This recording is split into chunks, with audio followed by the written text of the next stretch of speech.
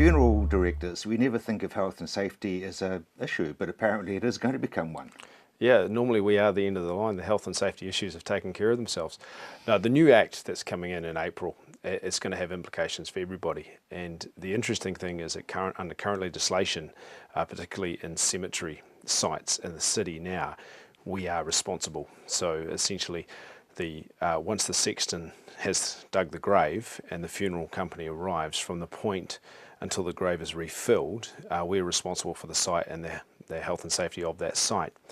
And the interesting thing is that, like funerals, they're family events. There's lots of little children running around, and so they should, because cemeteries are essentially a green space, so they should be a sort of a free-for-all in that sense. But if something happens under the new legislation, we will be liable. And so I think, unfortunately, like all legislation, it's going to catch people in situations that funeral directors may or may not be prepared to take on. For instance, might be filling in the family grave, which happens regularly. Folks, particularly with Pacific funerals, Māori funerals, the grave is filled in traditionally by sons, daughters even, or whoever, just the general crowd. If someone hurts themselves doing that, who is liable? Like puts their back out because they're shoveling and twisting. Well, exactly. And so is ACC then going to lay the responsibility on the funeral director? Is the new act going to catch us in ways? And so these are all questions that most people won't think of them. And to be honest, we've never, in the 30 or 40 years in our team of experience, we've never had to consider, and we've never worried about it. But I think there are going to be some changes. And I think also from a rural perspective, with the new with the new Burial and Cremation Act that is currently going through the House, there's going to be some freedoms opened up, which is a wonderful thing. Particularly woodland burials is going to be looked at. The ability to be buried on your own land is going to be loosened up. These are all things that the public have asked for, and we're totally supportive of. But the question then becomes, if you then add the new OSH regulations in, who's responsible on the land, who is looking after everybody? So I think a lot of unfortunately, we're becoming more regulated. But You're also, not on your own, Roddy. No, we're not. And these are things that we never thought we'd get caught up in, but we are worried about it. And we are concerned, particularly in our funeral homes now. We often deal with people that are heavy. And literally, as society seems to progress, we're all getting heavier. And so for us, lifting the deceased is a big issue. In our particular firm, we've had to use a forklift on a number of occasions. And so all sorts of things that used to be that we just dealt with, now we have to consider the health of our staff and whether or not we can do certain things. And we've always been service providers. Our family says, look, we want you to stand upside down on your heads in the corner of the gravestone wearing stripy pants. We said, absolutely, ma'am, we'll be happy to do it, and here's the bill. Yeah, exactly. Nowadays, it's going to be, no, we can't do that. And we feel, particularly in funeral industry, that we are there to provide, within legal and moral ethical boundaries, whatever the family wants, because it is a one opportunity they have to I guess, close a circle on someone's life. And so what we're a little bit sad about is that we're going to have to start saying no, you can't have your 3-year-old child within so many metres of an open grave, because if they fall in, I'm now liable. Or if someone puts their back out lifting grandma from the car onto the hay bales that we're going to set up, or whatever the case may be. Because there are no rules, are there? No, there are no rules. And as we become regulated, rules happen.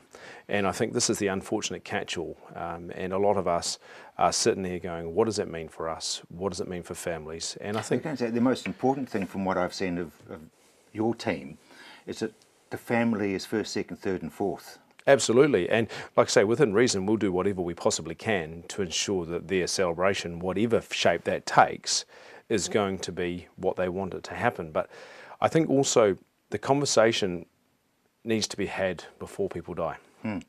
Because we get this a lot, that, we want to do this, this and this, but there's no opportunity to put measures in place. And like all problems, there's always a solution, and the solution is to discuss that in advance. And so I think one of the things we're encouraging people is to come to us well in advance of when they need us, and say, look, we're thinking we'd like to do these things. And then we can go to them and go, you know, that's absolutely fine. That one's a wee bit tricky, but you know what? I reckon there's a solution around that. And if we go down this road, we can get you a package together that will suit you and your family. So I'd like to open the conversation up. Never wanted to do it from a legislative point of view. I want to open up from the point is that we want to do a wonderful celebration for whoever it might be. Come to us early in the piece, get some ideas, find out what the new regulate, because we don't know. No, it's very much a suck it and see scenario, because no one's sitting down and thought out every weird thing that can happen. But what we do know is that they're now going to enforce legislation that's in the past we've sort of nod, wink, wink. Do you have any say? I mean, for example, you mentioned the fact that going through Parliament now is some discussions about burial on our own land. And who's responsible? Are you able to sort of ask those questions? Well, it's always been the Department of Internal Affairs that has made those decisions, and those decisions have been incredibly slow to come for families, often too slow to work within a normal funeral time frame. So that has been the submissions that I think was described by one of the professors that's looking over it, that it's a fragmented act that hasn't aged well, and so they're trying to bring it back into to make it work for people in a timely fashion, because in the modern world we need to get things done. We don't have years to decide whether or not Mrs. Smith can be buried on the corner of the local farm, or whether or not there's going to be a woodland burial set aside. We need those decisions in days, maybe weeks at the outside. So that is going to be sped up. But the problem always is that when you change existing legislation, it's the flow downhill effect. Are we in a position to do everything in a legal manner?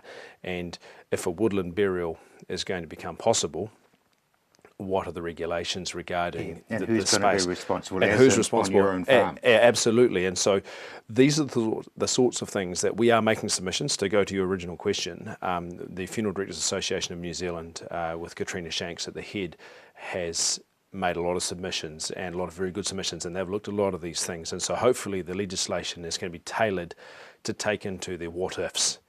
Great. But at the same time, families in New Zealand historically do not have this conversation until it's too late. And Exactly. so that's the key. Roddy, thank you very much.